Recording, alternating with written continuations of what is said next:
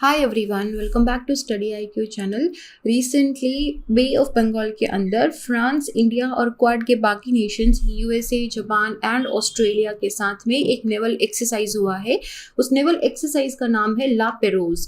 ला Peroz जो है ये इसको नेवल एक्सरसाइज का नाम है। नाम से ऐसा लग रहा है कि शायद किसी नाम से लग रहा है कि फ्रेंच नेम है, लेकिन इसको किसी नए वैक्सीन से या फिर किसी रॉकेट या मिसाइल के नाम से या सैटेलाइट के नाम से इसको कंफ्यूज मत करना। ये नेवल एक्सरसाइज का नाम है, थोड़ा सा डिफरेंट है। जैसे हमारा वरुण गरुड़ होता है, ये वैसा नहीं है, ला पेरोज नाम है इसका।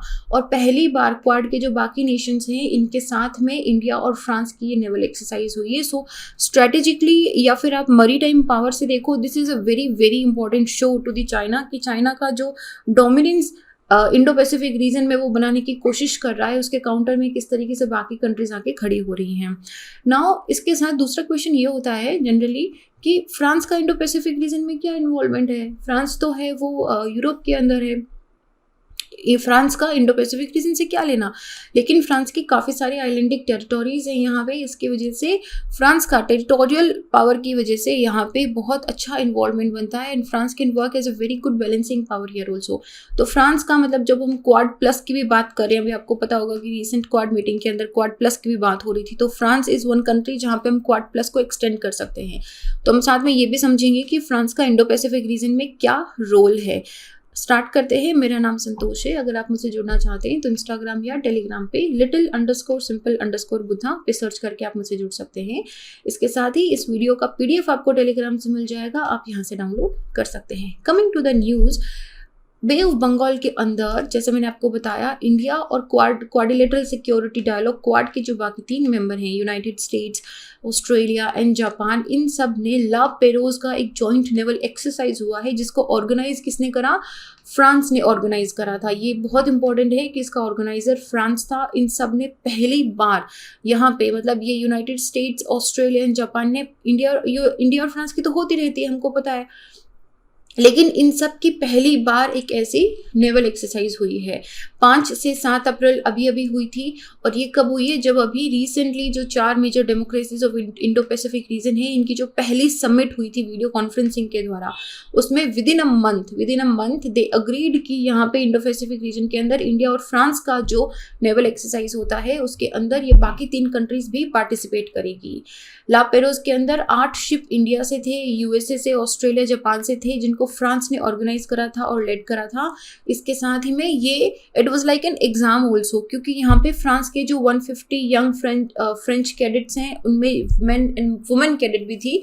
तो उनके साथ ये like last leg of training था, उनकी ट्रेनिंग चल रही थी, तो उनका ये लास्ट लेग ऑफ ट्रेनिंग इस हमारी नेवल एक्सरसाइज में रखा गया था, जहाँ पे इट्स लाइक उनका फाइनल एग्जाम भी हो रहा है।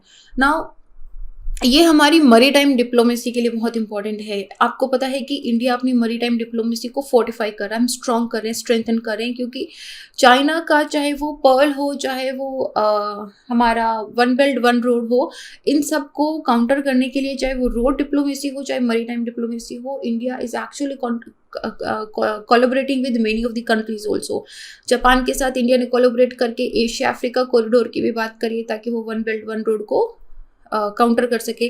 तो सिमिलरली मरी टाइम के अंदर भी चाइना की जो डोमिनेंस है उसको ब्रेक करने के लिए, उसको काउंटर करने के लिए India has been very active into its maritime diplomacy. और उसी मरी टाइम डिप्लोमेसी का एक रिजल्ट है ये नेवल एक्सरसाइज। इसके अंदर इंडिया की हमारी खुद की इंडियन नेवी की जो ग्रोइंग पार्टिसिपेशन है इनटू सच एक्सरसाइजेज, तो वो भी दिखाई देता है। और ये पहली बार था जब फ्रेंच नेवी के साथ एक जॉइंट ड्रिल करी गई थी, जिसमें चारों मेंबर क्वाड के, इंडिया, ऑस्ट्रेलिया, जापान, यूएसए, एक रीजनल वाटर के अंदर, बे ऑफ बंगाल के अंदर इन्होंने अपना पावर शो टाइम करा था। This was first time. ये यहाँ पे इंपॉर्टेंट है प्रीलिम्स के लिए। नवंबर के अंदर, अभी लास्ट नवंबर के अंदर ही इंडिया ने मालाबार एक्सरसाइज के अंदर पार्टिसिपेट करा था। मालाबार एक्सरसाइज 4 क्वाड मेंबर्स की ही होती है। Malabar exercise Japan, Australia, USA, इन चारों की मालाबार एक्सरसाइज थी, जो भी लास्ट नवंबर ही हुई थी, और ये इसके अंदर फ्रांस भी था। तो फ्री एंड ओपन पैसिफिक की जब हम बात करते हैं तो क्वेश्चन ये आता है कि कौन सा रीजन है जिसको हम इंडो पैसिफिक रीजन बोलते हैं। तो ये जो रीजन दिख रहा है आपको, फिलीपीन के इधर से लेके this complete area, this circle आपको दिख रहा है, ये सर्कल जो है ये फ्री एंड ओपन पैसिफिक के मतलब है, मतलब कि कोई भी कंट्री इसमें कहीं पे भी अपनी डोमिनेंस नहीं चलाएगी। यहाँ पे फ्री एंड फेयर कम्युनिकेशन होगा, फ्री एंड फेयर ट्रांसपोर्टेशन होगा। तो उसी को सिक्योर करने के लिए भी कि कोई भी कंट्री अपनी एक जगह पे डोमिनेंस चला के उस पर ज़्यादा ओवर कंट्रोल ना करे कि बाकी कंट्रीज को सफ़र करना पड़े, इसलिए बाकी सारी कंट्रीज एक साथ आके डिफरेंट एक्सरसाइज, डिफरेंट एग्रीमेंट्स करती हैं ताकि ये एरिया फ्री एंड सिक्योर रह सके। फ्रांस का इंडो पैसिफिक में क्या इन्वॉल्वमेंट है, दिस इज़ वेरी इंपॉर्टेंट, थोड़ा सा ध्यान से सुनना इसको। फ्रांस के काफ़ी सारे यहाँ पे छोटे छोटे जैसे कि आइलैंड्स हैं, जैसे कि southern part of Indian ocean के अंदर हमारा मयोटे हो गया, ला रियूनियन हो गया, स्कैटर्ड आइलैंड हो गया, फ्रेंच सदर्न या अंटार्कटिक टेरिटरीज, ये कुछ ऐसी टेरिटरीज हैं जिन पे फ्रांस का रोल है। और इसमें फ्रांस इकलौती ऐसी यूरोपियन कंट्री है जिसने ओवरसीज टेरिटरीज रखी हैं both India and Pacific Ocean के अंदर। पैसिफिक ओशन के अंदर भी New Caledonia, Wallis, Futuna, French Polynesia and Clipperton Island, ये सारे आइलैंड पे फ्रेंच टेरिटरी है, मतलब these are under the French control. तो आप देख रहे हो कि फ्रांस का Indian Ocean and Pacific Ocean के अंदर छोटे छोटे इस तरह के ये जो आइलैंड्स हैं, इस वजह से इन्होंने अपनी बहुत स्ट्रैटेजिक लोकेशंस कैप्चर करके रखी हैं। और ये यहाँ पे इनकी काफ़ी सारी पॉपुलेशन भी रहती है, जैसे कि 1.5 मिलियन फ्रेंच सिटीजन जो है इन टेरिटोरीज में रहते हैं अराउंड। इन्होंने इंडो एंड पैसिफिक रीजन के अंदर ये जो सारी कंट्रीज दिख रही हैं आपको, ये इंडो पैसिफिक के अंदर आती है। इसके अंदर लगभग 7 मिलिट्री इंस्टॉलेशन करके रखे हैं इन्होंने। 7,000 स्टेशनड मिलिट्री पर्सनल हैं इंडियन ओशन में, 7,000 मिलिट्री पर्सनल्स यहाँ पे ऑलरेडी हैं। लगभग 13 शिप डिप्लॉयड है इस रीजन के अंदर। और ये 3rd largest arm exporter of the world है, जिसके मेजर पार्टनर इंडिया और ऑस्ट्रेलिया है। तो ये तो सिर्फ कुछ की फैक्ट्स थे। इसके अलावा अगर आप core interest of France in Indo Pacific की बात करेंगे तो उसमें सबसे पहले आता है कि इसको अपनी नेशनल टेरिटरीज प्रोटेक्ट करनी है। ये जो फ्रेंच आइलैंड्स की हम बात कर रहे हैं इंडियन ओशन या पैसिफिक के अंदर, ये किसकी हैं? इन पे फ्रांस का कंट्रोल है, दैट मीन्स ये उसकी नेशनल टेरिटरी है। तो इन पे किसी भी तरह का अटैक को ये कंट्रोल करेगा। फिर उसके बाद में मरीटाइम सिक्योरिटी और सी लेन ऑफ कम्युनिकेशंस को, सी लेन ऑफ कम्युनिकेशंस क्या है? जहाँ से शिपमेंट्स निकल के जाते हैं, ये सी लेन ऑफ कम्युनिकेशंस हैं। इनको कंट्रोल करना, इनको सिक्योर करना। बूस्टिंग आर्म्स एक्सपोर्ट ऑल्सो, क्योंकि इंडिया और ऑस्ट्रेलिया तो ऑलरेडी इसके बिगेस्ट इंपोर्टर हैं, यहाँ पे जाता है। ये बाकी जो छोटी साउथ ईस्ट एशियन कंट्रीज हैं, यहाँ पे भी अपना मार्केट एक्सपेंड करने की कोशिश कर रहा है। इसके साथ ही preventing nuclear proliferation and the terrorism also, terrorism को कंट्रोल करना। नेचुरल रिसोर्सेज को प्रोटेक्ट करने के लिए फ्रांस का एक इंपॉर्टेंट रोल है यहाँ पे। और जो रूल बेस्ड इंटरनेशनल ऑर्डर है मरीटाइम के अंदर, उसको सिक्योर करना। ये कुछ कोर इंटरेस्ट हैं फ्रांस के। इसके अलावा देखो हर कंट्री का अपना पर्सनल इंटरेस्ट तो होता ही है। तो इसकी वजह से ऐसा नहीं है कि जो लापेडोज है ये पहला हमारा फ्रांस के साथ है। फ्रांस बहुत सारी कंट्रीज के साथ एसोसिएटेड रहता है, जैसे कि Indian Ocean Rim Association dialogue है, इसमें ये मेंबर नहीं है लेकिन पार्टनर है इसका। ये ध्यान रखना कि इंडियन ओशन रिम एसोसिएशन में फ्रांस पार्टनर है। एशियन रीजनल फोरम, इसके अंदर इन्होंने पीस ट्रीटी साइन करी थी 2006 में। एशियन रीजनल फोरम हमारी साउथ ईस्ट एशियन कंट्रीज का। क्वाड्रिलेटरल डिफेंस कॉरिडोर ग्रुप जो है उसका ये मेंबर है। ऑस्ट्रेलिया और न्यूजीलैंड के साथ इन्होंने फ्रांस, ऑस्ट्रेलिया एंड न्यूजीलैंड, इस तरीके से फ्रेंच करके इन्होंने अपना एक पूरा एग्रीमेंट बना के रखा है।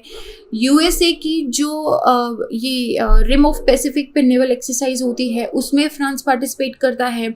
इसके साथ ही जीन डे आर्क करके इन्होंने अपनी एक खुद की naval training and patrolling task force रखी है, जो इसमें इंडियन ओशन और पैसिफिक के रीजन के अंदर ये पेट्रोलिंग करते रहते हैं और यहाँ की सिक्योरिटी को ये इंश्योर करते हैं। तो ये फ्रांस के कुछ इन्वेस्टेड रीजन्स, इंटरेस्ट्स हैं इंडो पैसिफिक रीजन के अंदर, जिसमें इसका इन्वॉल्वमेंट बहुत इंपॉर्टेंट बनता है। अगर हम बात करें ओवरऑल इंडो पैसिफिक रीजन का क्या इम्पोर्टेंस है, तो उसके अंदर ये जो फ्रांस क्वाड नेवीज के साथ में मिलके एक्सरसाइज कर रहा है, ये सबसे पहले तो क्वाड प्लस वाला जो फ्रेमवर्क जिसकी बात हो रही थी, धीरे धीरे कुछ स्पेकुलेशंस बन रहे थे, उनको और भी स्ट्रॉन्ग करता है। और ये एक्स्ट्रा रीजनल प्लेयर जो इंडो पैसिफिक में आके अपने इंटरेस्ट को इन्वेस्ट कर सकते हैं, उनके लिए एक ओपन अपॉर्चुनिटी लेके आता है। सेकंड, जो यूके है फॉर इंस्टेंस, रिसेंटली इन्होंने अपना integrated review of security, defence, development and foreign policy release करा है। तो इसमें इन्होंने एक आउटलाइंड फ्रेमवर्क फॉर लंदन का इंडो पैसिफिक टिल्ट। देखो ये इंडो पैसिफिक जो रीजन है, this is very important and it has to be secure, ताकि जो सी लाइन ऑफ कम्युनिकेशन है, ताकि जो बाकी छोटी कंट्रीज, इवन जो बड़े पावर्स भी हैं, उनका बहुत सारे कम्युनिकेशन यहाँ से जाता है। And communication I mean to say shipments, हम यहाँ पे मैरीटाइम कम्युनिकेशन की बात कर रहे हैं। और एडिशनली अभी जो यूरोपियन यूनियन के high representative of foreign affair and security policy Joseph Borrell थे, इन्होंने यूरोप को बोला था कि we need to set out a common vision for its future in Indo Pacific engagement. तो ना सिर्फ फ्रांस, बाकी आप यूके को देख लो, इसके अलावा यूरोप की बाकी कंट्रीज हैं वो भी इंडो पैसिफिक रीजन के अंदर धीरे धीरे अपने इन्वॉल्वमेंट को बढ़ाने की कोशिश कर रही हैं। And that is why France का ये जो इन्वॉल्वमेंट है, ये काफ़ी सारी यूरोपियन कंट्रीज को इनकरेज करेगा कि जो एक्स्ट्रा रीजनल प्लेयर्स आके इंडो पैसिफिक में प्ले करें। तो देखो इसमें दोनों सिचुएशन हैं, वन है कि चाइना को काउंटर करने के लिए ज़्यादा पावर आएगा, और दूसरी बात ये भी है कि दूसरे कंट्रीज के आने से जो इस रीजन में जो कंट्रीज हैं उनके खुद के जो पावर कंट्रोल एरियाज हैं उन पे इन्फ्लुएंस पड़ सकता है। सिग्निफिकेंस ऑफ फ्रांस हमने देख ही लिया है, इसके साथ बस ये फ्रांस का जो रेजिडेंट पावर स्टेटस है, क्योंकि इसके इतने सारे आइलैंड्स हैं इंडियन ओशन के अंदर एंड पैसिफिक रीजन के अंदर, तो इसकी वजह से ये एक इंटीग्रल पार्ट बनता है इंडो पैसिफिक रीजन का। तो ये हमने कुछ बात करी। इंडिया और फ्रांस को अगर हम इंडो पैसिफिक में देखें तो आज का रिश्ता नहीं है, बहुत पुराना रिश्ता है, मतलब कॉलोनियल टाइम से तो है ही। उसके बाद में हम इंडिपेंडेंस के बाद 1947 के बाद भी बहुत बार ऐसा हुआ है कि इंडिया और फ्रांस बहुत सारे रीजन पे एक साथ आए हैं। और advantage of India's early prudence in cultivating multiple strategic alignments in the Indo Pacific, कि हमने बहुत शुरू से चाइना को काउंटर करने के लिए काफ़ी सारी जो पावर कंट्रीज हैं उनके साथ में हमारे डायलॉग स्टार्ट कर दिए थे। इंडो पैसिफिक कंस्ट्रक्ट, मतलब ये आप ईस्ट अफ्रीका वाला एरिया ले लो, नॉर्थ वेस्ट इंडियन ओशन ले लो, इसमें इंडिया और फ्रांस का जो कंसेप्शन है वो कम्प्लीटली अलाइंड है कि हमको free and secure sea line of communication चाहिए, हम किसी एक कंट्री का डोमिनेंस यहाँ पे नहीं चाहते हैं। तो ऐसे में फ्रांस फैसिलिटेट करता है इंडिया की positioning of liaisoning officer at the regional maritime information fusion centre है मेडागास्कर के अंदर, और European maritime awareness in the Strait of Hormuz है जिसका हेडक्वार्टर फ्रेंच मिलिट्री बेस है आबू धाबी के अंदर, वहाँ पे है। तो इन दोनों के अंडर इंडिया की जो लाइजनिंग ऑफिसर्स हैं इनको ये फ्रांस अपना सिक्योर करता है, फैसिलिटेट करता है। इसके अलावा हमको पता है कि इंडिया और फ्रांस की वरुण नेवल एक्सरसाइज होती है, तो यही मैं आपको बोल रही थी कि अब वरुण के साथ गुरुड़ जो है वो एयर एक्सरसाइज है, वरुण जो है वो नेवल है। तो इसमें कंफ्यूज नहीं होना है कि ला पेरोज थोड़ी होगी इंडिया और फ्रांस की तो होती है, तो La Perouse is a different exercise, इसको हमको ध्यान रखना है अलग से।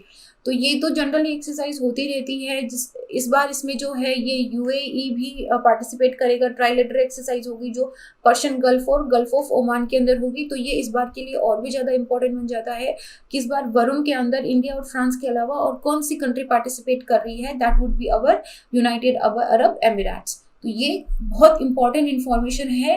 Regional maritime information fusion centre, चाहे European maritime awareness in the Strait of Hormuz ले लो जो आबू धाबी के अंदर है, these are very very very important news.